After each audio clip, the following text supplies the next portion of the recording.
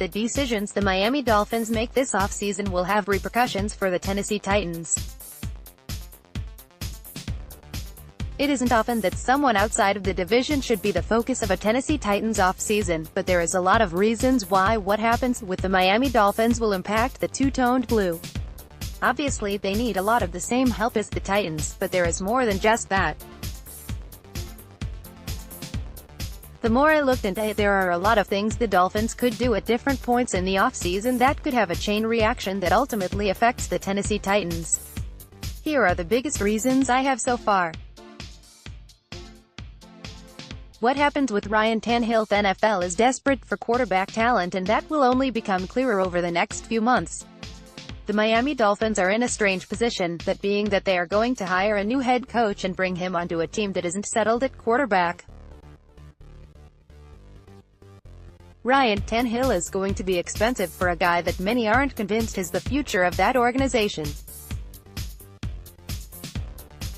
With the NFL becoming less and less patient, it makes sense for the new head coach to be in the market for his guy at quarterback if he can get him. We will get to the prime candidate later, but no matter what, it should mean the end of Ryan Tannehill's time with the Miami Dolphins.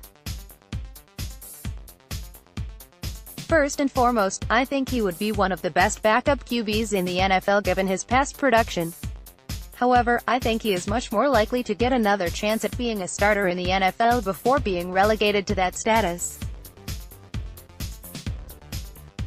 If the Titans can't get him to be the backup QB, which they almost definitely can't, then I would be really interested in seeing where he lands.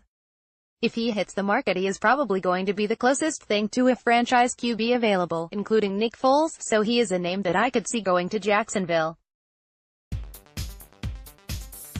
Anything is better than Blake Bortles at this point for the Jaguars, and if the Jags can get Tannehill, then they will still be the Jags. But they will definitely be a harder out than they have been the last 2 years, so keep an eye on this cut potentially hurting the Titans. Kyler Murray. Watch the 2019 NFL Draft is closer than people realize, with just 86 days, 12 weeks, separating us from one of the biggest events Nashville has ever seen. One of the most intriguing names likely to be called in the first round is Kyler Murray. The Heisman winner is getting a lot of publicity right now as a potential top 15 pick, with the obvious candidate being the Miami Dolphins. They need a QB and someone to spark that franchise, and public opinion is that while Murray isn't a top QB, he is exciting and has potential based off of his short college career.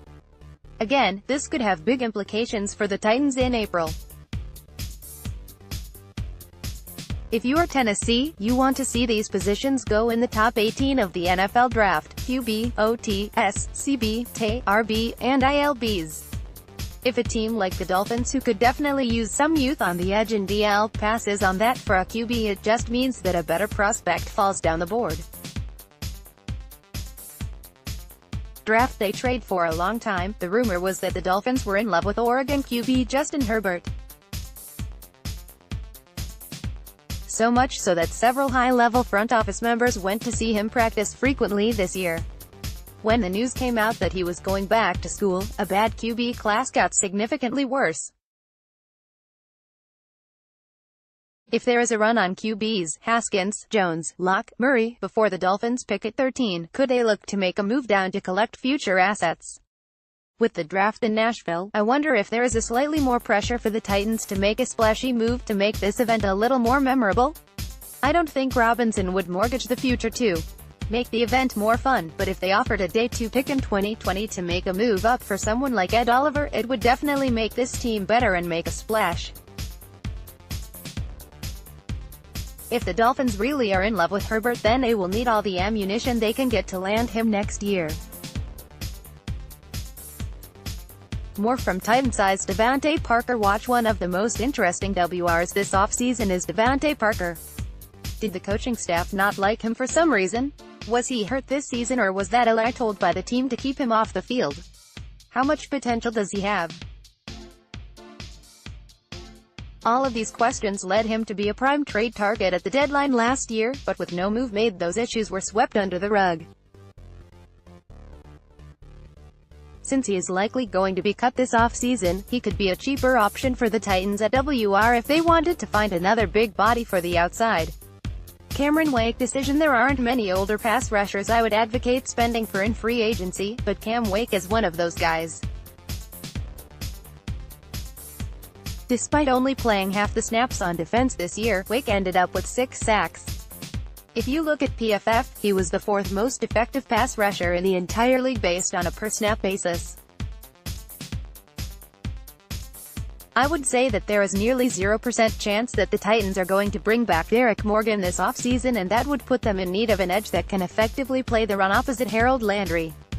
Now, Sharif Finch and whoever the Titans draft are going to get the first crack at this spot, but Wake seems like a great stopgap in that role.